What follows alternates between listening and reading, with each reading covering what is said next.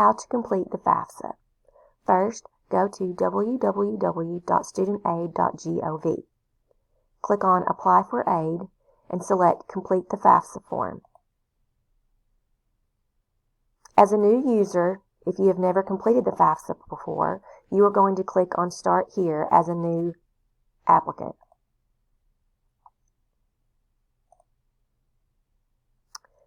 Select I'm the student, and this is where it will ask you to log in and use your FAFSA ID username and password.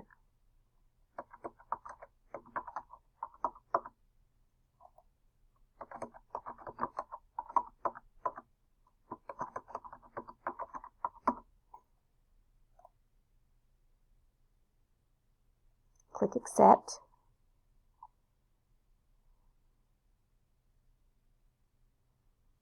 Okay, if you plan to enroll for the upcoming fall semester, the 2022-23 school year, this is the application you would select that's effective beginning in the fall semester.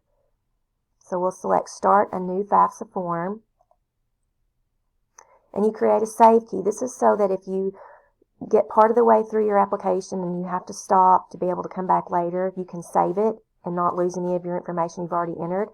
So a good thing to always do is just use, for example, the first 4 letters of your last name.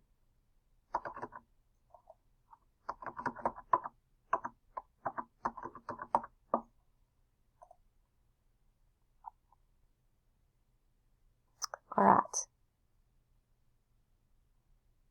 Continue. This is where you'll enter all of your demographic information.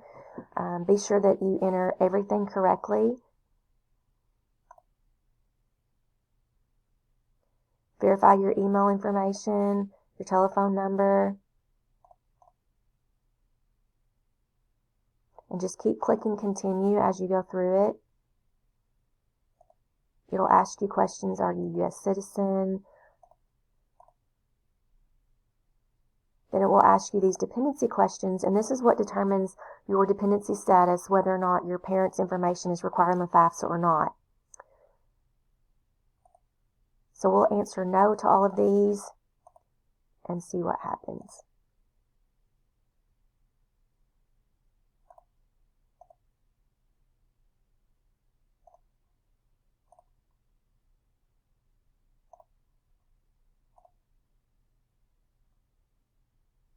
And your driver's license information.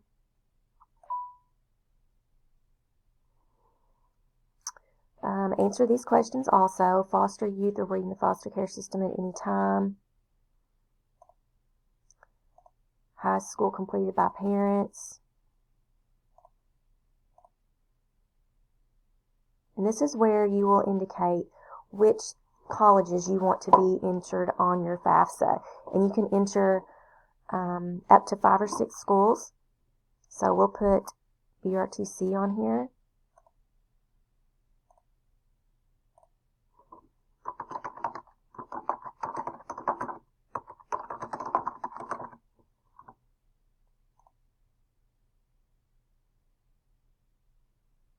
And select it. Select your housing plan.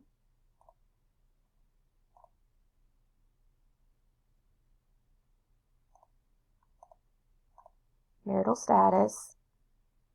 Do you have children who receive more than half of their support from you in your household between these dates? We'll answer no. We'll answer no on other dependents in this example.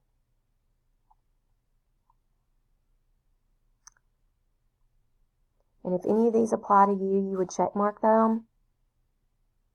Do you have does anyone have legal guardianship of you? Have you been determined as an emancipated minor? Have you been in foster care? Are you a veteran? Or are you currently serving in active duty in the armed forces? Were you homeless at this point in time or at risk of being homeless? No, no. So this is determined that based on the questions that were asked and the answers you provided, this determines a dependent student status, which, as it says, you are considered a dependent student and you must provide parental information. So when we hit continue, it will ask for student information, and then it will begin to ask for parent information.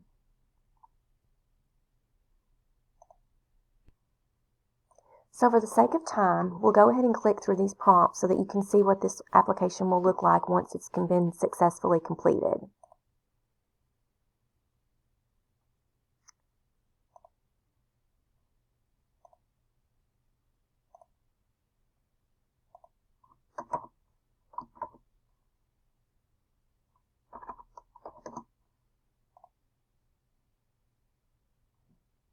Parents' information, social security number, last name, date of birth. Make sure that this information is entered correctly so that the Social Security Administration will be able to do that check when the FAFSA is submitted, and it will not cause any delays.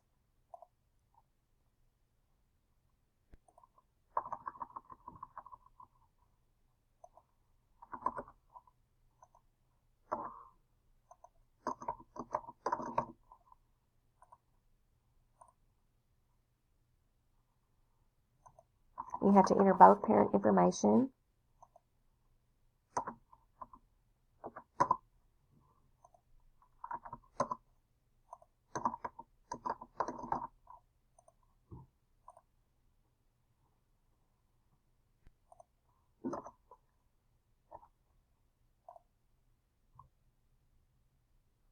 So we'll continue through the prompts.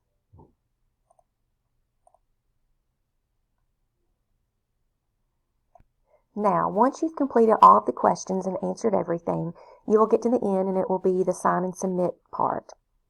So you're supposed to look through here to make sure everything looks correct. And if it does, you'll hit continue and read everything and sign, click the box that you agree and sign your FAFSA form with your electronic signature. And this is where you can either use your parent FSA ID to go ahead and sign it now, or you can save it without that and go back and have your parent sign it later.